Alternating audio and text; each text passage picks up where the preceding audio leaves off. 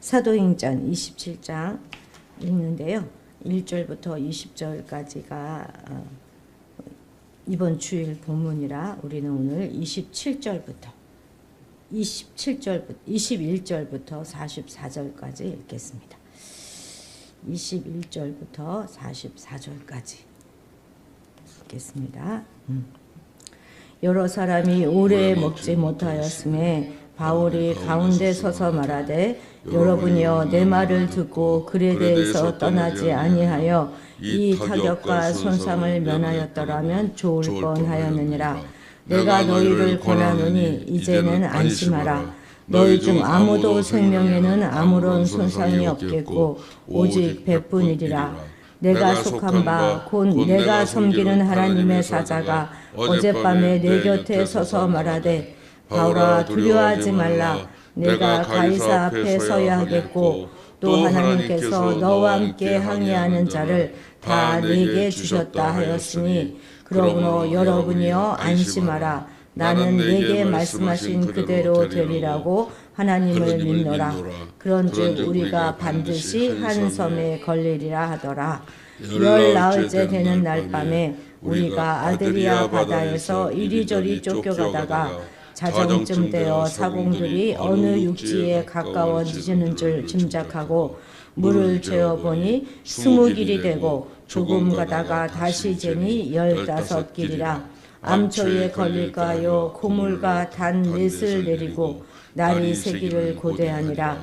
사공들이 도망하고자 하여 이물에 닻을 내리는 채 하고 거룻배를 바다에 내려놓거늘 바울이 백부장과 군인들에게 이르되 이 사람들이 배에 있지 아니하면 너희가 구원을 얻지 못하리라 하니 이에 군인들이 거룻줄을 끊어 떼어버리니라. 날이 새어감에 바울이 여러 사람에게 음식 먹기를 권하여 이르되 너희가 기다리며 먹지 못하고 줄인 자가 오늘까지 열 나흘인즉 음식 먹기를 권하노니 이것이 너희의 구원을 위한 것이요 너희 중 머리카락 하나도 잃을 자가 없으리라 하고 떡을 가져다가 모르는 사람 앞에서 하나님께 축사하고 떼어 먹기를 시작하며 그들도 다 안심하고 받아 먹으니 배에 있는 우리의 수는 전부 276명이더라.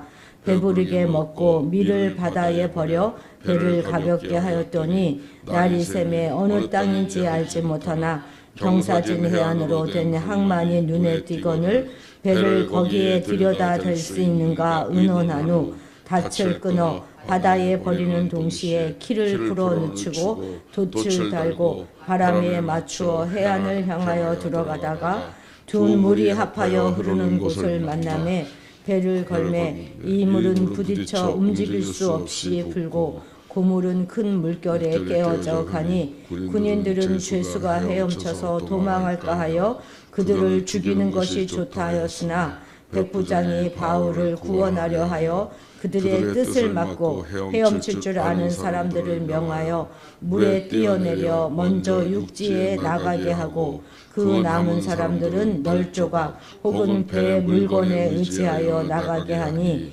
마침내 사람들이 다 상륙하여 구조되니라. 아멘. 오늘 읽은 이 21절 바로 앞에 20절은 구원의 여망이 없어졌다 하는 선언으로 끝나고 있습니다. 이것은 다 유라굴로라고 하는 광풍 때문이죠. 하늘의 빛은 완전히 구름에 의해서 완전히 차단되었고 광풍이 몰고 온 죽음의 그림자는 배를 완전히 감쌌습니다. 언제 죽음에 삼켜져도 하나도 이상하지 않은 그런 상황이 온 것이죠.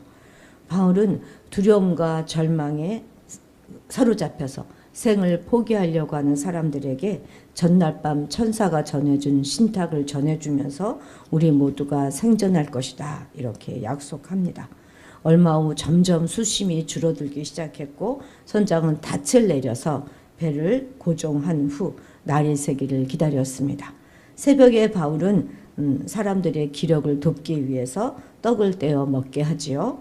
날이 밝자 육지가 시야에 들어왔지만 그만 배는 그 모래톱에 박혀서 파손하고 말았습니다. 21절 같이 읽겠습니다. 21절입니다. 여러 사람이 오래 먹지 못하였음에 바울이 가운데 서서 말하되 여러분이여 내 말을 듣고 글에 대해서 떠나지 아니하여 이 타격과 손상을 면하였더라면 좋을 뻔하였느니라. 아멘. 그렇습니다. 그들이 이처럼 이렇게 큰 위기와 고난을 맞이하게 된 가장 큰 원인이 있다면 바로 그것은 그들이 바울의 말을 무시하고 글에 대해서의 미양을 떠난 것입니다. 만일 그들이 바울의 충고를 받아들여서 미양을 떠나지 않았다면 이와 같은 극심한 고생과 물질적인 손실 그리고 죽음에 위한 위기에 처하는 그런 일은 없었을 것입니다. 하지만 사실 인간이란 이렇게 오류와 실수를 범할 수밖에 없는 존재입니다. 왜냐하면 인간은 한 치 앞도 내다볼 수 없는 한계를 지닌 그런 존재이기 때문이죠. 그래서 언제나 실수하고 언제나 또 후회하며 살아갈 수밖에 없는 것이 바로 인간입니다. 더욱이 인간은 어떤 상황이 오든지 그것을 객관적이고 냉정하게 바라볼 수가 없어요. 늘 자신의 상황과 감정과 모든 형편에 묶여서 그러니까 내 감정이입이 돼서 판단하기 때문에 바른 판단을 내린다고 하는 것이 여간 어려운 것이 아닌 것입니다. 이것은 세상에서 아무리 지혜롭고 명철하다고 하는 사람도 마찬가지이죠. 그런데 우리 같은 어리석은 자들이 할 수 있는 가장 지혜로운 행동이 무엇인지 아십니까? 그것은 우리 자신이 한 치 앞도 내다볼 수 없는 그런 한계가 분명한 존재다 하는 사실을 인정하는 그것입니다. 그래서 늘 실수와 오류를 범할 수밖에 없는 사람이다 하는 것을 인정하고 철저하게 하나님을 의지하면서 살아가는 그것이죠. 나는 언제다 틀리다. 난 틀릴 수밖에 없는 존재다 하는 것을 받아들이는 거예요. 언제나 오르신 분, 그분은 오직 한 분, 하나님뿐이자 하는 것을 우리가 철저하게 인정하고 신뢰하며 살아가는 그것이죠. 더 이상 우리 자신의 지혜와 판단으로 인생을 살아가려고 하지 말고 오직 하나님의 인도하심과 지도하심에 따라서 인생을 살아가는 우리가 되어야 하겠습니다. 그럴 때 우리는 결코 후회함이 없는 성공적인 그런 인생을 살아갈 수 있게 될 것입니다. 우리 24절도 같이 읽겠습니다. 24절입니다.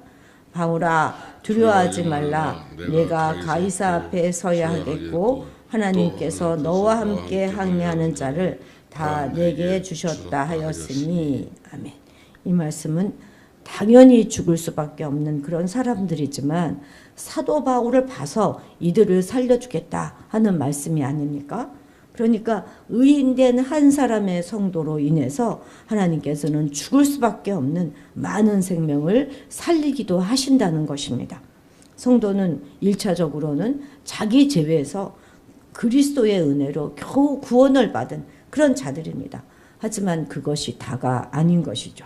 거기에서 한 걸음 더 나아가서 자기가 소속되어 있고 자기가 함께하고 있는 사람들의 생명을 책임져야 하는 그런 위치에 있는 것입니다. 사실 이것은 대단히 중요한 말씀임에도 불구하고 우리는 이것을 잘 인식하지 못하고 살아가고 있습니다. 우리는 그저 우리 한 사람 구원받은 것 그것만 감사하기도 참 많이 부족한 그런 사람들이죠. 그래서 이 시대와 자기가 속해 있는 이 공동체에 그 함께하는 그 사람들의 생명을 책임져야 하는 그런 위치에 있다 하는 그 사실을 깨닫지 못합니다. 그러나 하나님께서는 우리 한 사람 한 사람을 이 시대를 운영하고 또 운명을 결정하는 그런 위치에 서 있는 자들로 보고 계신다는 사실을 우리는 기억해야 합니다.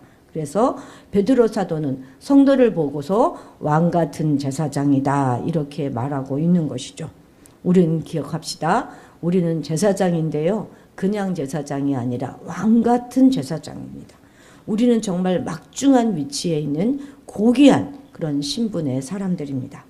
구약시대 제사장들이 이스라엘 백성들을 죄로 구속하기 위해서 얼마나 자신을 성결하게 하고 또 얼마나 거룩하게 하고 또 얼마나 성별된 그런 삶을 살았는지 모릅니다. 그것은 자신을 위해서가 아니라 자기 민족과 백성들을 위해서 살았던 존재가 바로 제사장들인 것이죠. 그런데 그 제사장들이 타락했을 때 어떤 결과가 왔습니까? 나라가 망하고 백성들이 망하는 결과가 온 것입니다. 이것은 바로 이스라엘 역사가 우리에게 증거해 주고 있는 것 아니겠습니까? 그런데 이렇게 중요한 제사장의 임무가 바로 우리들에게 부여되어 있는 것입니다. 이제 우리는 우리로 말미암아 우리가 속해 있는 모든 공동체, 이 나라와 이 민족과 사회가 복을 받기도 하고 저주를 받기도 한다는 사실을 꼭 기억해야 하고 인식해야 합니다. 분명 우리 때문에 누군가가 살아나야 하는 것입니다. 살아나는 사람이 있어야 돼요. 의인인 우리 때문에 우리 가정이 살아나는 건 너무나 당연한 문제이고, 우리 옆집이 살아나고 우리 교회가 살고 또 우리 사회가, 우리 나라가 살아나야 하는 것입니다. 그렇기 때문에 우리는 정말 의인답고 정말 성도다운, 또 정말 제사장다운 그런 모습으로 살아가야 하는 것입니다. 27절 같이 읽겠습니다. 열 나흘째 되는 날 밤에 우리가 아드리아 바다에서 이리저리 쫓겨가다가 자정쯤 되어 사공들이 어느 육지에 가까워지는 줄을 짐작하고, 아멘. 열 나흘째 된 날 밤, 14일이 지나고 지금 바다에서 14일이나 포효한 것이죠. 바울 일행이 타고 있던 배의 사공들이 육지가 가까워지고 있다 하는 것을 짐작했습니다. 그들이 도착한 것은 어디냐면 이탈리아 남쪽에 위치하고 있는 멜리데, 오늘날 몰타라고 하는 그 섬이었습니다. 28장 1절에 보면 우리가 구조된 후에 안즉 그 섬은 멜리데라 하더라 이렇게 되어 있지요. 자, 우리 지도로 한번 확인해 보도록 하겠습니다. 자, 지금 그들은 이 그레데 섬, 여기 그 옆에 구브로 섬 있죠. 구브로 옆에 있는 이 오늘날 크레타, 그레데 섬의 미양이라고 하는 곳에서 출발한 후에 14일 동안이나 지금 800km나 되는 그 거리를 표류하던 끝에 이탈리아 남쪽 끝에 있는 멜리데라고 하는 작은 섬에 도착한 것입니다. 이제 지중해 한 거기를 이제 막 표류했던 것이죠. 이로써 바울은 이 그레데 섬에서, 그러니까 이 미양에 여기서 겨울을 보내지 않고 보다 이탈리아와 아주 가까운 그런 곳에서 겨울을 보냄으로 해서 훨씬 빨리 로마에 도착할 수가 있었습니다. 거의 로마에 다 온 곳이잖아요. 거기를 이제 표류해서 온 것이죠. 즉 바울은 비록 유라골라로 그 광풍 속에서 생명을 잃는 그런 위기를 겪기도 하였지만 그 위기로 인해서 오히려 자신이 원하는 바를 더 빨리 이룰 수 있게 되었던 것입니다. 이처럼 하나님을 사랑하는 자, 그 뜻대로 부르심을 받은 자들에게는 모든 사람들이 저주로 여길 만한 그런 고난과 역경조차도 선을 이루는 그런 하나님의 과정이 되는 것입니다. 우리들도 인생의 여정 속에서 이와 같은 체험을 참 많이 하지 않았습니까? 모든 사람들은 그저 불행이라고만 생각했던 그 일이 오히려 하나님께서 우리에게 커다란 축복을 내려주시는 그런 과정이 되었던 그런 경험들을 우리 모두 다 하였을 것입니다. 저희도 몇 년 전에 그렇게 말할 수 없는 모함을 받았을 때는 정말 억울했습니다. 정말 그동안 잘 지냈던 동료들에게 그런 모함을 받는다는 것 정말 끔찍한 일이죠. 평생 처음 받는 일이었습니다. 그래서 다니던 교회를 떠나야만 했지만 결국 이렇게 개척하는 길을 하나님께서 열어주지 않으셨습니까? 그렇습니다. 정말로 하나님께서는 당신을 사랑하는 자, 당신의 뜻대로 부르심을 입은 자들에게는 이유 없는 고난이나 불행을 안겨주시는 분이 절대 아닙니다. 하나님께서 우리에게 고난과 불행을 허락하셨다면 그것은 분명히 그것을 통해서 하나님께서 더 큰 은혜와 복을 내려주시기 위함이라는 사실을 잊지 마십시오. 그렇기 때문에 우리는 어떤 고난이나 불행이 닥쳐와도 결코 실망해서는 안 되는 것입니다. 오히려 더욱더 하나님께 감사하면서 하나님의 축복과 은혜를 기대하는 자들이 되어야 하겠습니다. 그런 말할 수 없는 고난과 역경이 온 후에 우리는 더 확장하고 더 넓어지는 거예요. 업그레이드 되는 것입니다. 잊지 마시기 바랍니다. 자, 30절, 31절 같이 읽겠습니다. 사공들이 도망가고자 하여 이물에서 닻을 내리는 채 하고 거룻배를 바다에 내려놓거늘 바울이 백부장과 군인들에게 이르되 이 사람들이 배에 있지 아니하면 너희가 구원을 얻지 못하리라 하니. 아멘. 사실 현 상황에서 사원원들의 역할이 얼마나 중요하겠습니까? 이제 날이 밝은 후 배를 몰아서 육지에 대기 위해서는 이 선원들의 노련한 기술과 경험이 정말 절실히 필요합니다. 더군다나 그들은 배의 안전을 책임져야 할 그럴 의무가 있는 자들이 아닙니까? 그럼에도 불구하고 이 선원들이 탈출을 시도했다 하는 것은 실로 다른 사람들은 전혀 생각하지 않고 오직 자기들만 살겠다고 하는 완전히 이기적이고 무책임한 그런 행동이 아닐 수 없는 것이죠. 사실 공동체가 온전히 서지 못하고 커다란 어려움을 겪다가 결국은 붕괴하게 되는 그런 가장 중요한 대부분의 요인들을 꼽으라고 하면 그것은 본문에 등장하는 이 선원들처럼 공동체를 전혀 생각하지 않고 오직 자기만 살겠다고 하는 구성원들의 이기적인 그런 마음입니다. 이러한 이기적인 마음을 가진 공동체 그 구성원들이 그 공동체 안에 포함되어 있을 때 그 공동체는 결코 안전할 수 없는 것이죠. 위기의 순간이 오면 그들은 언제나 올무가 되고 암초가 되어서 공동체 전체를 파멸시키는 그런 위기로 몰아가게 되는 것입니다. 지난 2002년에 있었던 그 연평해전 기억하시죠? 그 당시에 한상국 중사, 지금은 이제 상사로 진급하셨는데요. 마지막까지 자신의 조타장이라고 하는 그 역할을 끝까지 감당했습니다. 그래서 방향키를 끝까지 놓지 않고 그것을 붙잡고 사망했다고 하지 않습니까? 마지막까지 자신이 맡은 바 자신의 사명을 감당한 그런 분들 때문에 이 나라는 건재한 것이고 우리는 또 마음을 놓고 살아갈 수 있는 것이죠. 얼마나 감사한 일입니까? 끝까지 조국을 생각하고 끝까지 공동체를 생각하는 그 마음이 바로 이 나라를 살린 것입니다. 공동체 안에서 개인의 이기심은 정말 무서운 것입니다. 바로 이러한 이기심 때문에 공동체가 무너지고 그 공동체에 속한 모든 사람들이 커다란 위기에 처하게 되는 것입니다. 그러므로 우리는 결코 이러한 이기심을 가져서는 안 될 것입니다. 혼자만 살겠다고 발버둥치다가 결국은 공동체 전체를 위기에 빠뜨리고 그리고 결국은 또 자신도 망하게 되는 그런 어리석은 자가 되어서는 안 되겠습니다.